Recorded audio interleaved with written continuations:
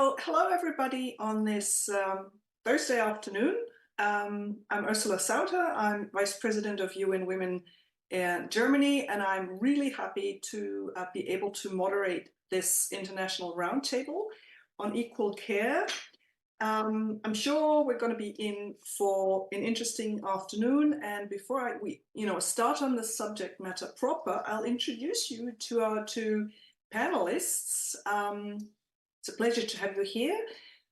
There is Zuhal Gündüz. She holds a BA and an MA from the Faculty of Philosophy, specifically the Department of Political Science in Bonn, where she read American language and literature and Islamic sciences. She has a PhD from the University of Bonn. That's subject was Turkey and the European Union, chances and limits of integration. That's one I must read because that's very interesting. Your professional career includes, among others, stints at the German Development Bank, the German Doctors Scientific Institution, and the Turkish Democracy Foundation in Ankara. Academically, she has worked as a professor at Başkent University's Faculty of Economics and Administrative Sciences. More precisely, I think, at the Department of Political Science and International Relations. And she's now a professor at TED University's Faculty of Economics and Admin Sciences. Welcome, Zuhal. Great to have you. Thank you very much. Klára Čmolíková Cozlová studied social work and then gender studies at Charles University in Prague. Since 2000, she has worked in social services in many different fields. I'm very impressed. And then in non-profit organizations as well as a crisis interventionist at a child helpline, as a project coordinator in the Czech Women's Union or Open Society. You have worked as a gender studies expert, focusing on the labor market and equal opportunities. She's a gender auditor, and she has been, and that's very interesting as well. I'm sure your experiences, will show themselves in the discussion as an anti-discrimination expert in the AGE platform Europe. She's a founding member of the Gender Expert Chamber, and she's been vice president at that outfit since 2018. She's also head of Gender Equality, Inclusion and Diversity at the Academy of Fine Arts in Prague, and responsible for the field of equal opportunities, well-being, and care of employees. So I would say that makes you two experts on what we're talking about today, which is equal care and the status quo. I'm sure you've all heard in the course of the day what the situation is like in Germany. 52% unpaid care work more on the side of women, and that's on average. But when it comes to women around 34, which we call people on the Autobahn of life in Germany, that number goes up considerably to 110%. As to the reasons why, there are a lot of theories, a lot of stats, and that's something that we'll talk about as well. Worldwide, the situation is even more dire, with about 75% more unpaid care work carried out by women, which of course has an effect on their general income, on the number of hours they can devote on paid care work, etc., etc. So, Zuhal and Klára, can you give us just a rough take on the situation in your countries? Where are we now? What's the status quo? We're talking about the year 2024. We're talking about the time after the COVID pandemic, so we'll keep that in mind. Let's start with Klára. Well, thank you for having the possibility to being here with you, and for your interest in also Czech Republic, because we are neighbors to Germany, but very rarely we are seen as a good practice partner. Unfortunately, in this topic, it's not a good point to be good for practice in equal care, because what is the situation in Czech Republic is roughly the same as you have been describing. Mainly, what I would like to point out is the lifespan in between 30 and 40 for women, when they do have to take care much more often than a man. Why? It's also because of postponing time to giving birth, and also the social system in Czech Republic. Because maybe you know it, in Czech Republic there is a quite good welfare system. However, the maternity and parental leave in Czech Republic is very long. It could go up to 4 years. It means that in the middle of your career, usually when giving birth, you can stop for 4 years for one child. When you have more children, it goes again next 4 years. So there exists a lot of women who drop out of the labor market and provide fully care to their children only due to the situation, because they are giving birth. So this is also the big task for us, how to equally share the responsibilities during the period of maternal and parental leave. Zuhal, what about Turkey? Mm-hmm. Yes, thank you very much for having me in this Equal Care Day event 2024, first of all. The situation in Turkey is like this. In Turkey, the percentage of women who are at work is around 30%. So less than 30% of women are in paid work. So this is a very low amount indeed. One of the main reasons behind this is the care work, of course, that women are supposed traditionally to fulfill. As to give you numbers, in Turkey, women provide care work for 5.5 hours per day. This is according to OECD data, and this is globally among the highest. So it is a very high amount. It is a very high number. For women who are at work, this is still 1 hour and 16 minutes, which is also not low, but of course lower than those who are not in paid work. Men do least care work among OECD countries. In Turkey, it's just 1 hour and 27 minutes per day. So this is a tiny little amount indeed.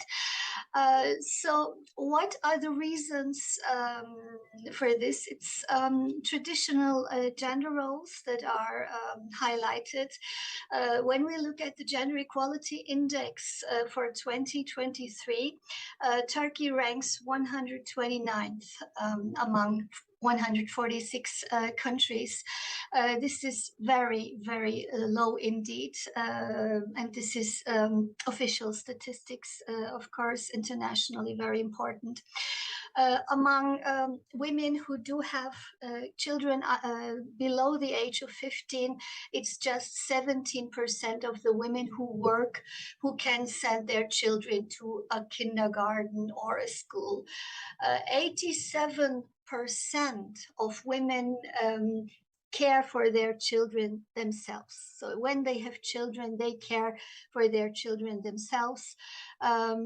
Those who work, only a small percentage has the possibility to send their children to kindergarten, which is in numbers not so much available, or private. Private kindergartens are good because women who work can bring their children to the kindergarten and work even for longer hours and make a career, as in my example.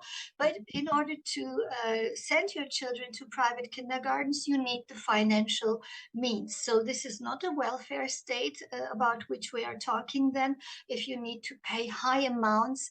And many many women say, instead of paying so much for the kindergarten, I would stay at home and care for my children or myself. So our demand would be kindergarten for free for all, to provide that by the state. And I suppose there would be a huge gap as well between rural areas and urban areas in that respect. What you're saying is very interesting, because we have a discussion here in Germany that why the number of Turkish families who send their kids to kindergarten is so low.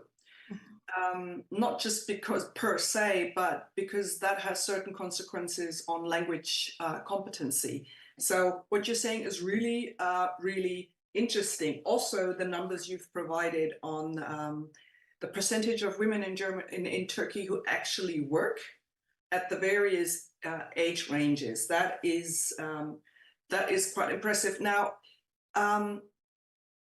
we've been talking about before about the mindset that sort of influences or determines the situation that is. What about the mindset? What is it like? I mean, we can all probably imagine. And how has it developed?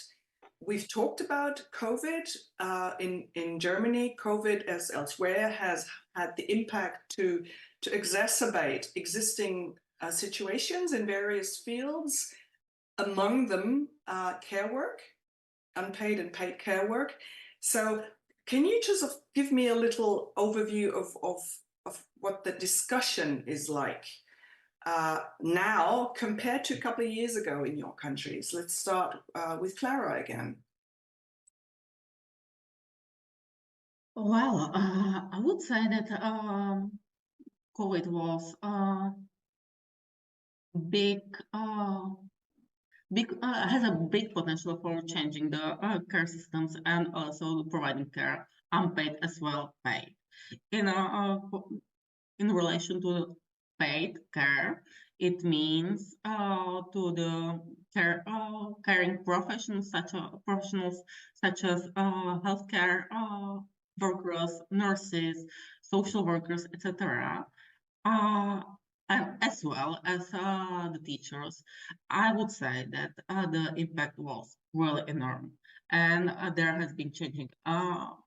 It has been changing the situation quite a lot, even in relation to the stereotypes or biases we have had towards those positions.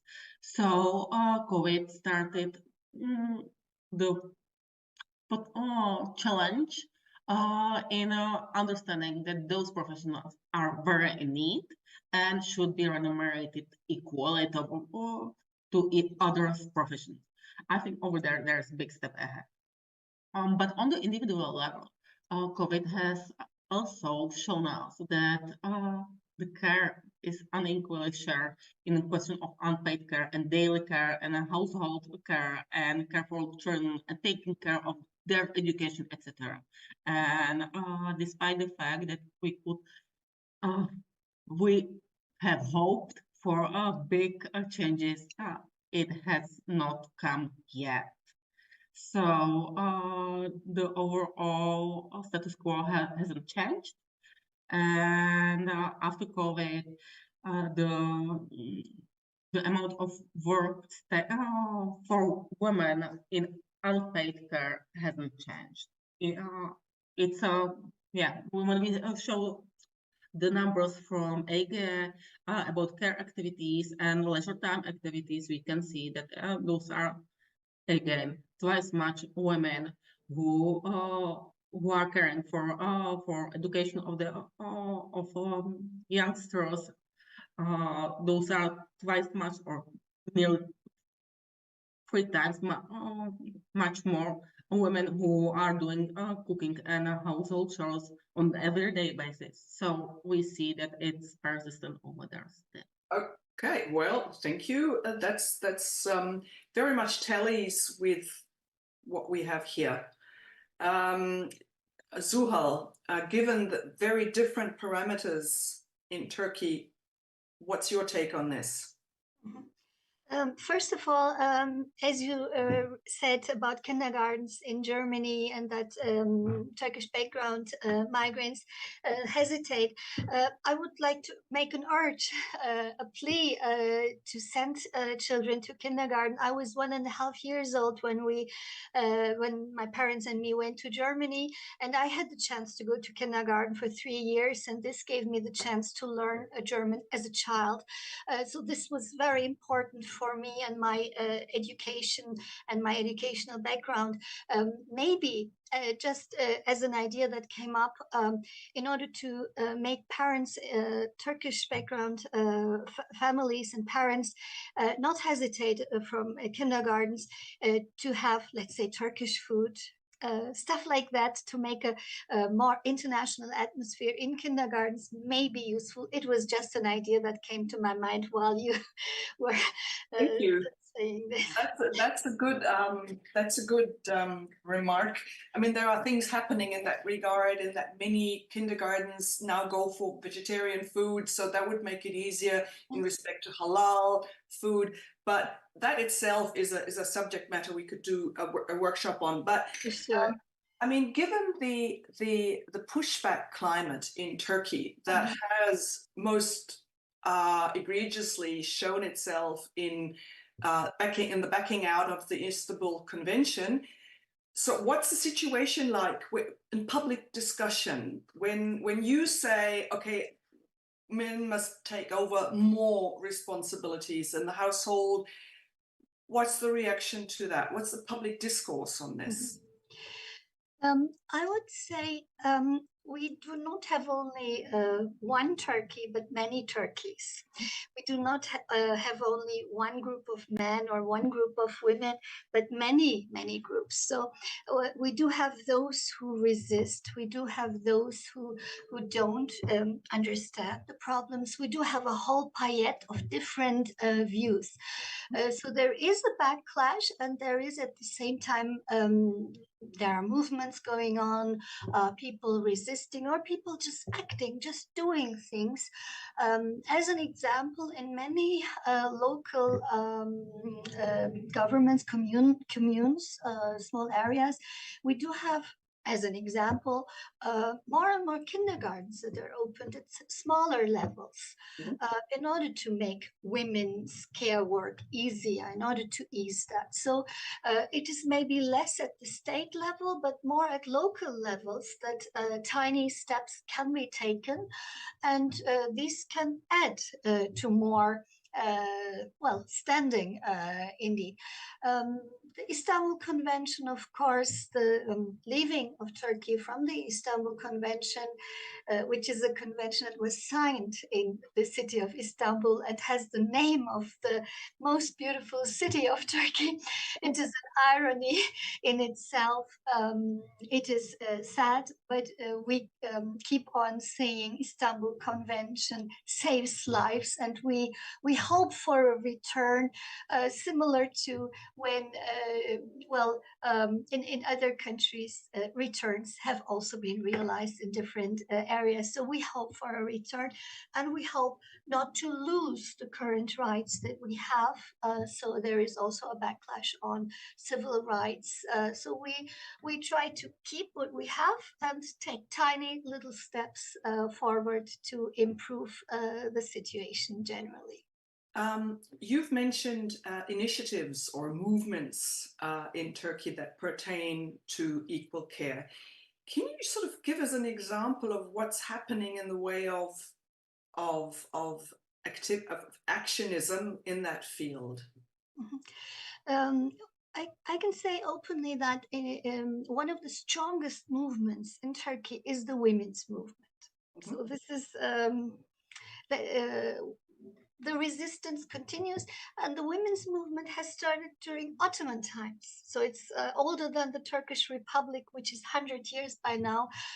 So the women have always protested and fought for their rights, and nowadays this still goes on. We do have, for example, the platform to prevent feminicide, so the killing, the murdering of women, which are, well, they participate in each and every court case against the murderers. They say you shall not walk alone, you shall not be alone, so they stand together.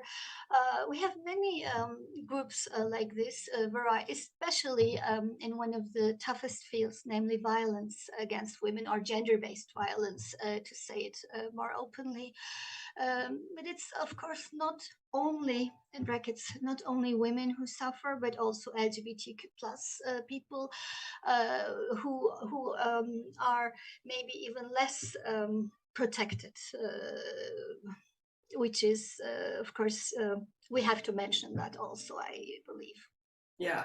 Is there anything like this platform here, the ECD platform, the work that Almut, Sasha have instigated, among others? Do you have anything that is comparable? I'm thinking in the way of networking.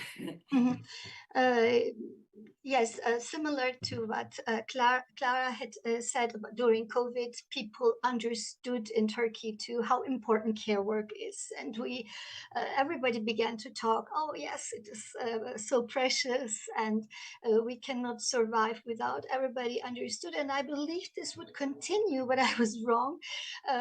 When COVID was over, this was forgotten, and care is again taken for granted in Turkey, as in many places elsewhere.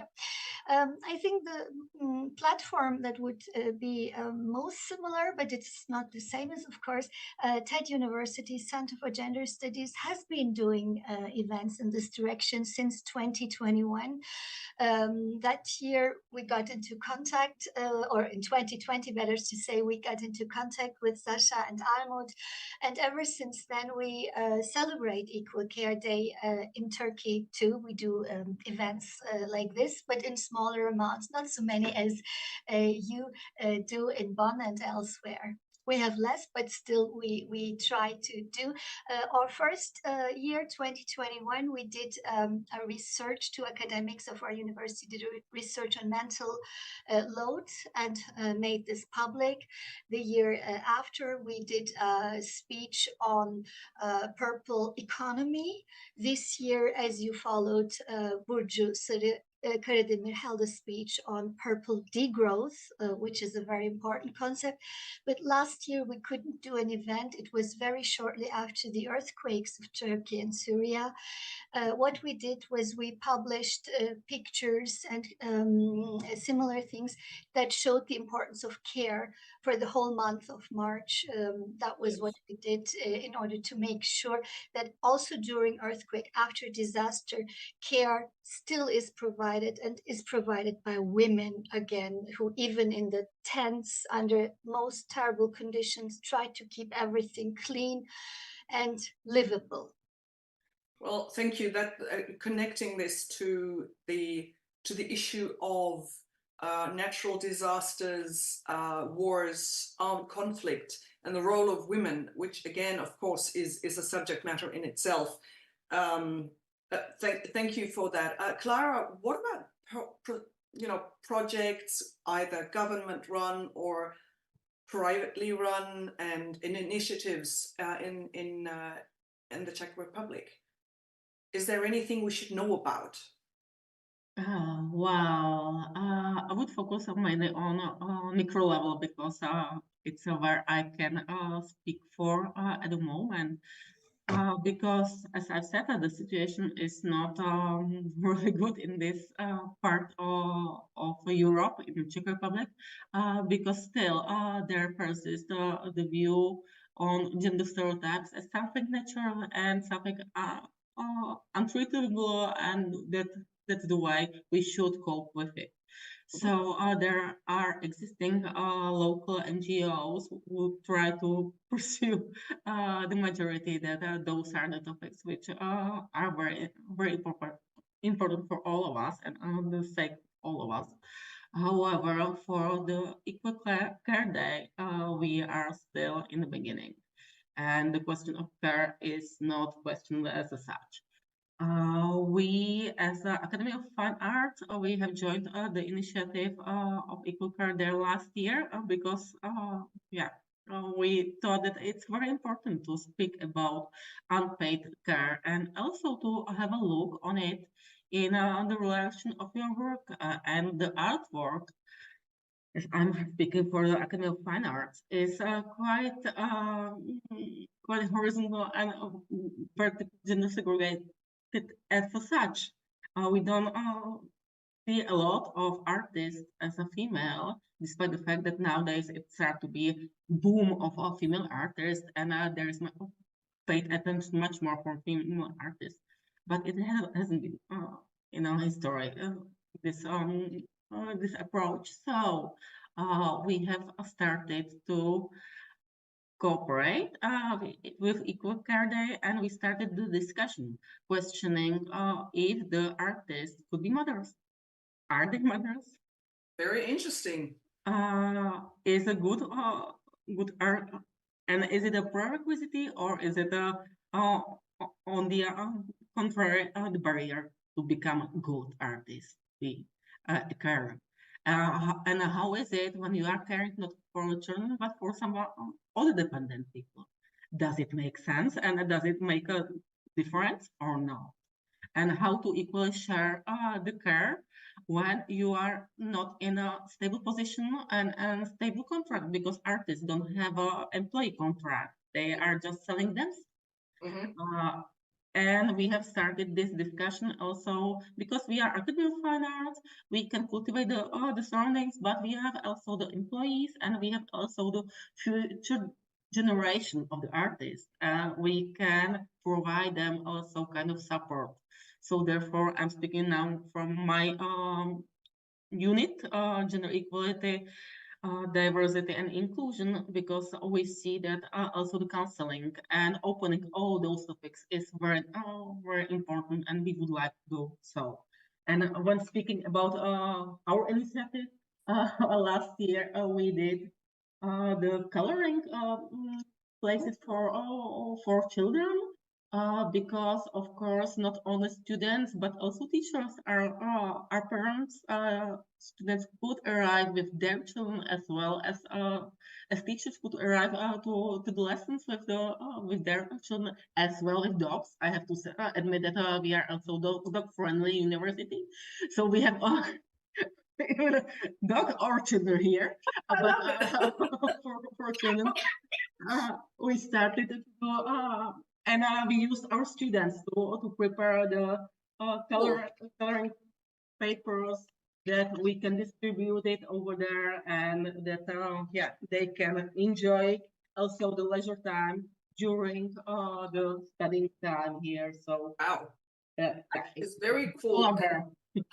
I'm very happy that you mentioned the children, and we mentioned kindergartens, we mentioned children, because when we talk about the mindset that influences the situation as it is in regard to equal care or unequal care, we're all thinking, I'm sure, of how we can change that mindset, and we come to the result that we should change it as soon as possible when it comes to age. And that, Almut and Sasha have this wonderful slogan of the hellblau, pink hellblau Falle, the pink light blue trap, in that advertising influences children's mindset at a very, very, very early age when they can't yet write.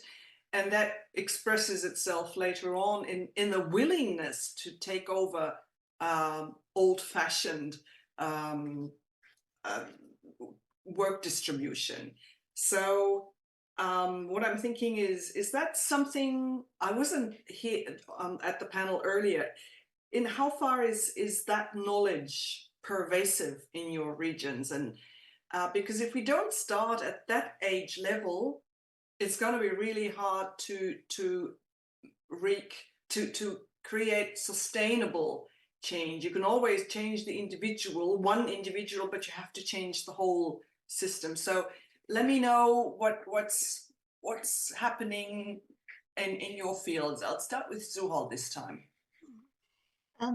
Yes, as you know, I'm an academic and I have taught sociology introductory courses for long years. And there, one of the assignments I gave my students was to go to children's toy shops and clothing shops and make an observation there and write about what they see.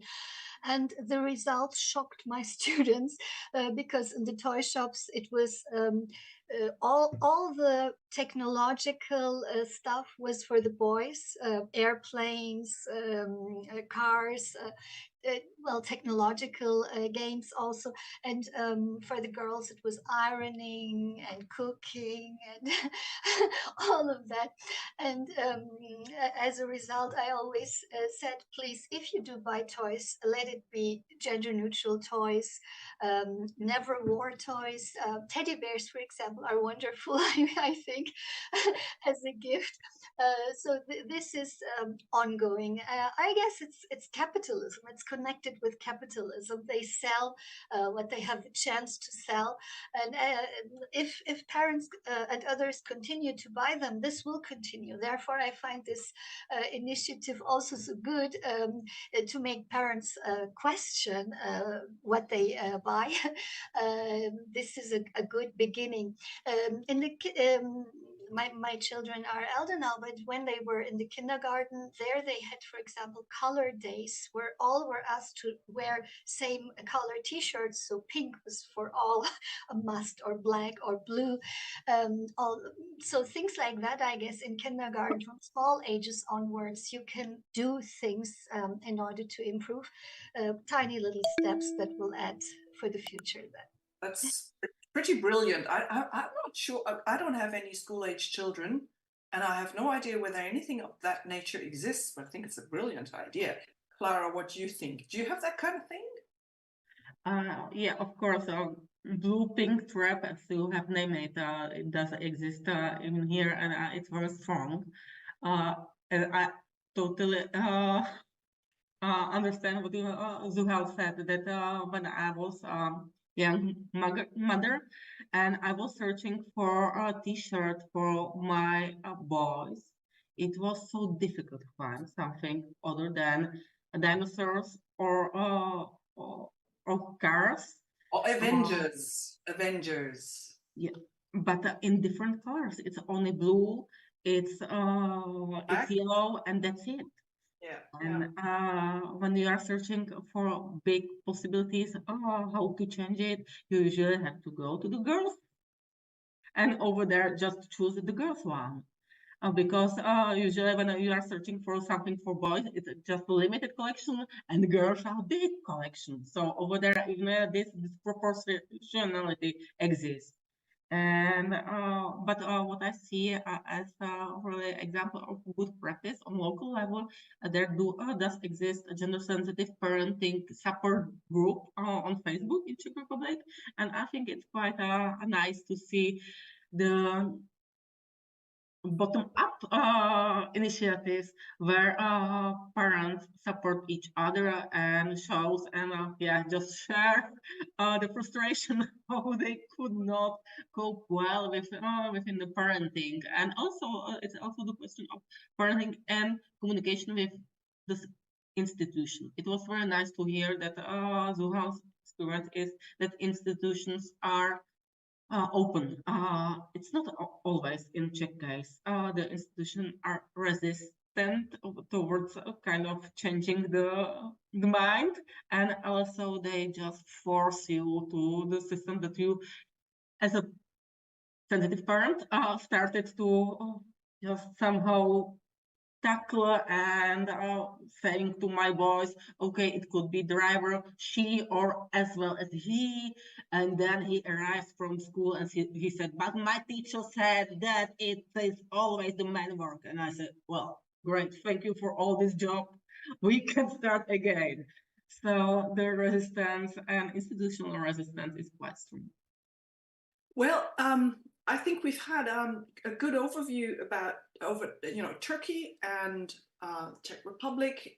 We only have 10 minutes left, if I'm correct. So before we take a couple of questions, I'd just like to sort of open up the perspective even more and give you UN Women's point of view.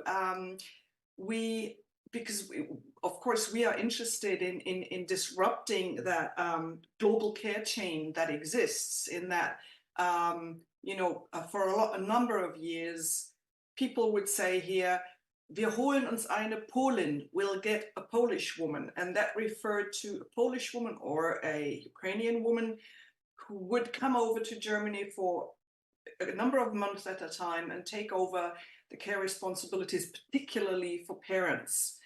By now, we've gone farther east in that it's not Polish women so much anymore, but maybe women from Thailand, maybe women from the other southeastern countries who come in to take care of the elderly here or children, which is a good thing for us in a way, but it triggers effects in their countries. So we're exacerbating the situation there. So what UN Women sort of focuses on is what we call the 5R policies. R standing for to recognize, reduce, redistribute, represent, and reward paid and unpaid care and domestic work. Among others, that would be ideal to include unpaid care work in the GDP, in the national gross domestic product, to make it clear how immense that contribution by women is, and to also make it clear that creating paid care work out of unpaid care work would also have very positive effects on national economies and on the global economies. So we've been talking about what you demand. You've been saying, for instance, more kindergartens. What else is there that, from your experience, you would stress as a great practice, as optimal practice? And then once we've set that stage, we will hand on the baton to hopefully people in the chat. So who would like to start on this, Klára or Zuhal? I'll just nominate somebody, Klára.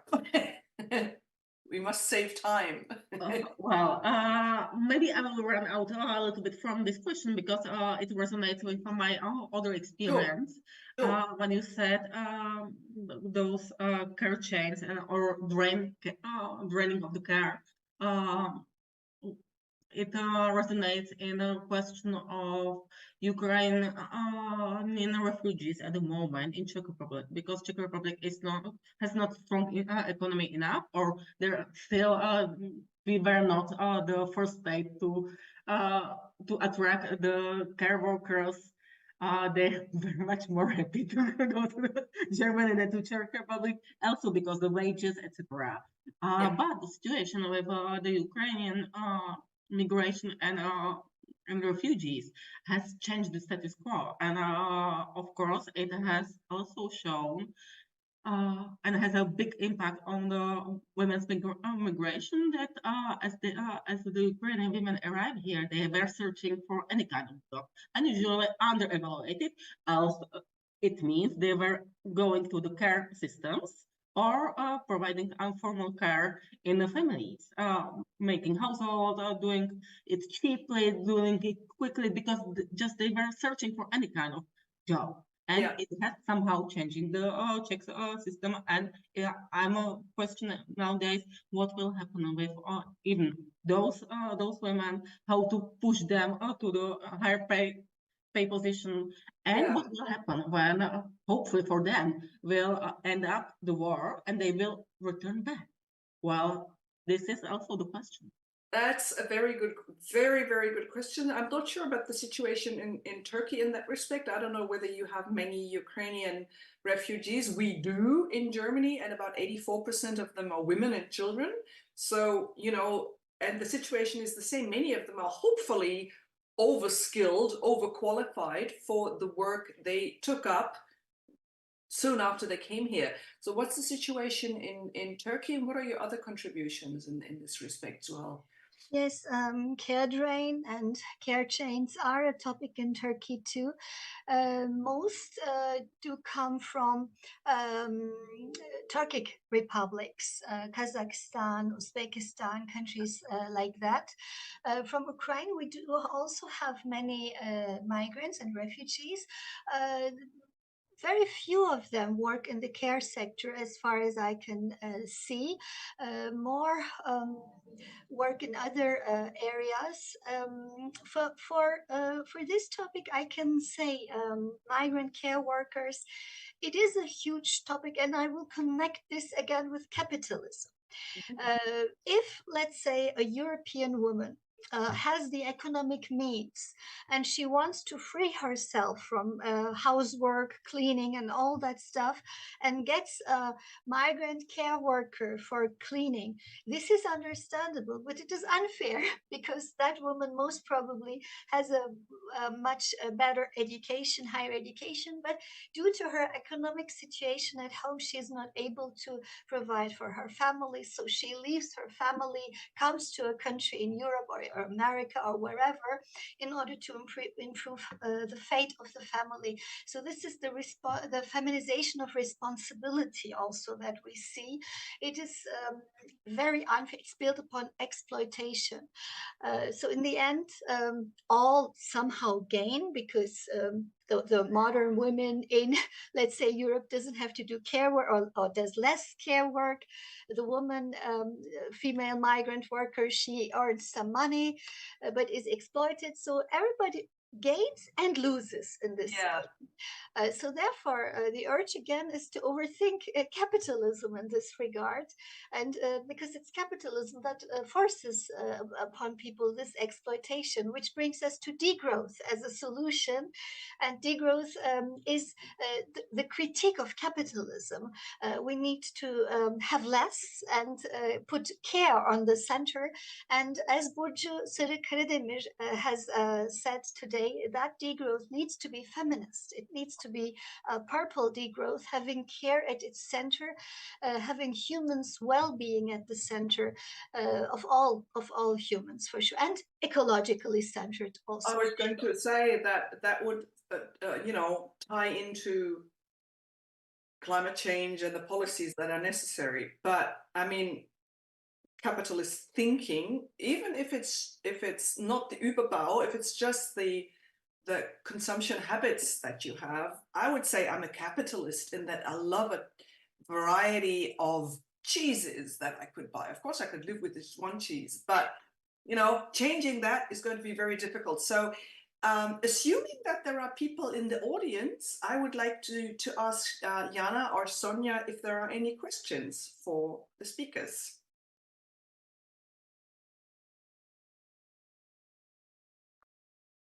Are they there? We are not sure.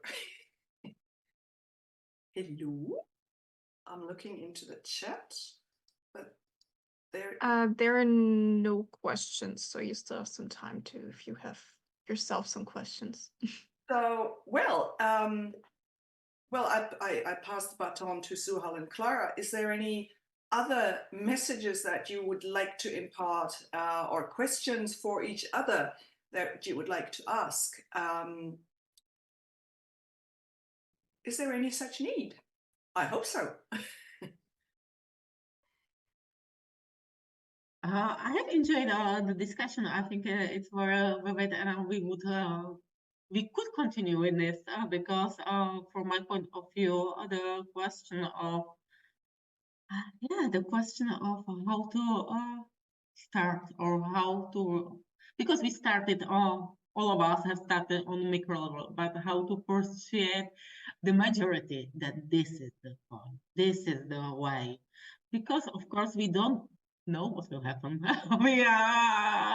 The ways are not easy, and the rules are not just that this way, that way will mean this absolutely the end. But what's your opinion, Zuhal, and even Ursula, from your point of view, how to change the situation and how to really have the impact? Zuhal, Yes, please. thank you very much.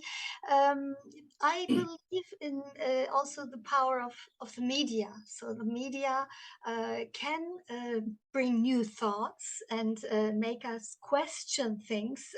So, for example, television series that show the importance of care work can open the minds.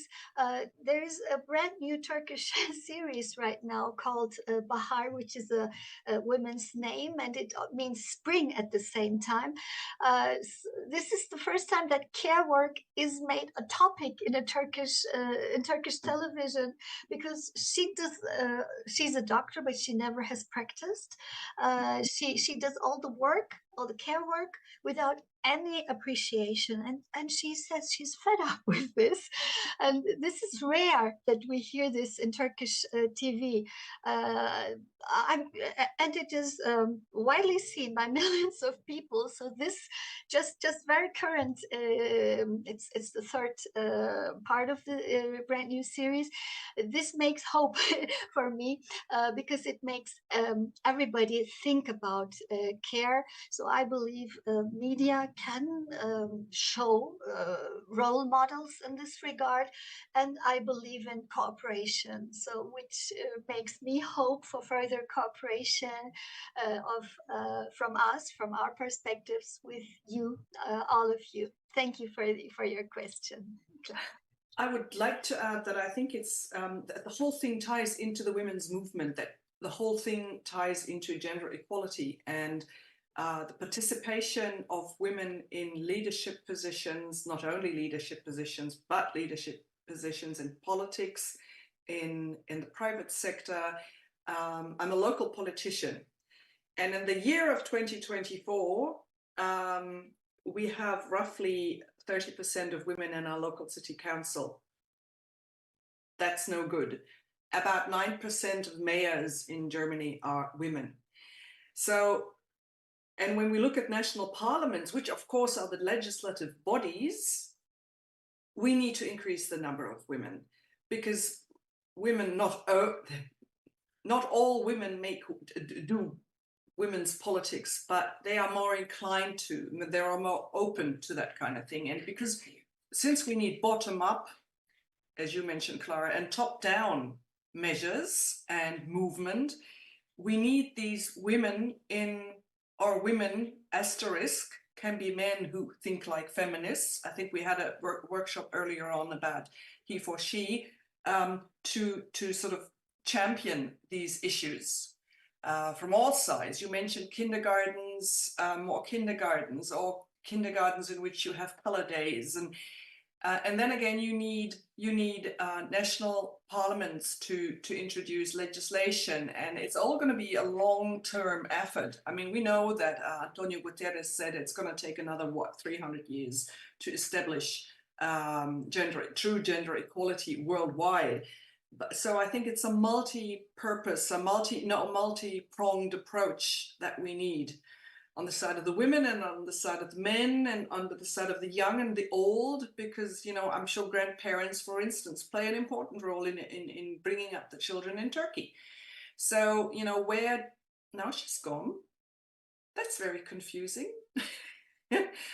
Well, I think that is a sign that brings us to the unfortunate end of this discussion. I'm sure we could continue for hours.